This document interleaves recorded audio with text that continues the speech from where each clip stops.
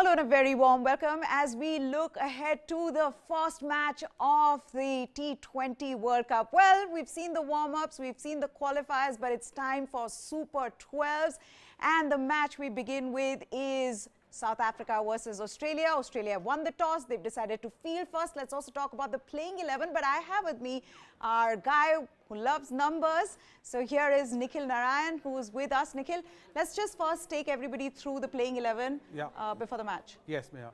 South Africa has gone with Quinton de Kock, Bavuma, Markram, Rassie van der Sand, David Miller, Klaassen, Pretorius, Maharaj, Rabada, Nokia, Shamsi. Pretty much on expected lines. Right. They have two spinners, Maharaj and Shamsi. Shamsi is the #1 T20I spinner in the world. Yes. Australia also pretty much on expected lines. Finch and Warner, Mitchell Marsh, Maxwell. Let's just stay a little bit with the playing 11 of South Africa. And there you look at it, Nikhil, one of the things being Quinton de Kock's form.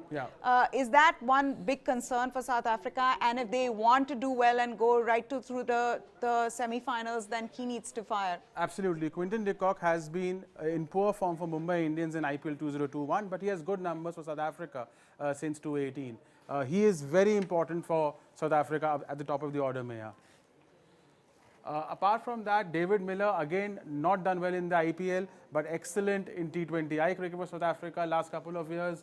The bowling, the fast bowling, beware of Nokia, the best fast bowler in IPL 2021 in the same conditions. Rabada is a world-class bowler. And this man, Shamsi, the left-arm Chinaman, he is the #1 T20 ranked player in the world, the man of the series against the West Indies in the Caribbean. So yeah, they have a good team, they are fresh. And some people consider them the dark horse for the tournament. Okay, let's also take a look at the Australian team. If you can just put the Australian 11 on for us on screen. There is, of course, Aaron Finch, but David Warner and Aaron Finch, and their form is going to be crucial for Australia if they want to do well. There's Mitchell Marsh, who they played in the warm-ups as well. There's Glenn Maxwell in red-hot form coming from Royal Challengers Bangalore. Steve Smith, Marcus Stoinis, Matthew Wade, Pat Cummins, Mitchell Starc, Adam Zampa, and Josh Hazelwood. Now, you look at this lineup and you say these are very good players, right, on paper, but Australia haven't done well in the recent times. Yes. Australia hasn't done well in the format, the T20 format. Right. They've been champions of the ODI format, excellent in Test cricket in the past, but T20 they've never mastered. Correct. Even at their peak in the 2000s, they didn't do well. In the 2000 World T20, 9 they didn't do well, 10 they were runners-up. So they've never won the World T20 Meha. Somehow they've not, able to sort of get on top of the 20-over format. If you see the head-to-head record, they have a margin. Let's just look at this. Okay, if you look at man-to-man also, you look at this Australian side versus South Africa, you'd say they've got some absolutely brilliant players. But their recent form tells you something else. Recent form tells us that, they have actually lost 8 of their last 10 matches. Wow. This is Australia, not Namibia I'm talking about. So they've lost 8 of their last 10 matches. South Africa has won 9 of their last 10 matches. They beat West Indies in the series in the Caribbean before coming here. So Australia is, just don't go by their names and their reputation in Test cricket and ODI cricket. Correct. Australia is not a good T20 unit. Of course, they can change that. They've never won the tournament, as I said before. But they're also big match players. I mean, these are players, and this is a team that does well in ICC. In ICC 50 overs format. Yes. So this is a team that can. It can probably, at least for the Australian fans, can probably do well here. But you look at the two teams, Nikhil, and one major thing in this T20 World Cup is about your spinning options, right? Yes. Because that's going to make such a huge difference on the pitches in UAE. When you look at the two teams, who has the upper hand? I think South Africa, just marginally, because they have Shamsi, who is an unknown quantity, left-arm Chinaman, very difficult to pick off the hand, and he's the #1 T20I ranked bowler. So I think Shamsi and Maharaj marginal advantage over Zampa and Ashton Hager. Also, the head-to-head record. If you could just take us through that. Right. As to what is the head-to-head record for the two teams? Okay, Australia historically have a marginal advantage, Meha.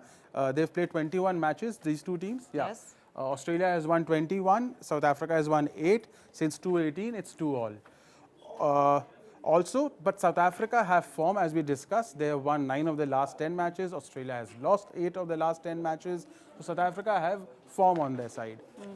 A lot of Australia's fortunes will also depend on a certain Aaron Finch, right? Yes. David Warner, we know whatever happened with him, with the Sunrisers. I think one of those images for Sunrisers fans would always be him waving the flags from the stand as his team played. No one could have imagined that that would happen with David Warner, one of the greatest for Sunrisers Hyderabad. But here we are, but even in the warm-up matches, we didn't see that David Warner that we used to seeing, right? Yeah, David Warner, hasn't been David Warner this season.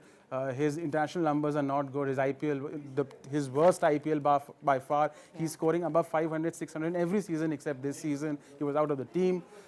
He won't play for SRH next year for sure. But Finch, as you said, Finch is a vital player at the top of the order.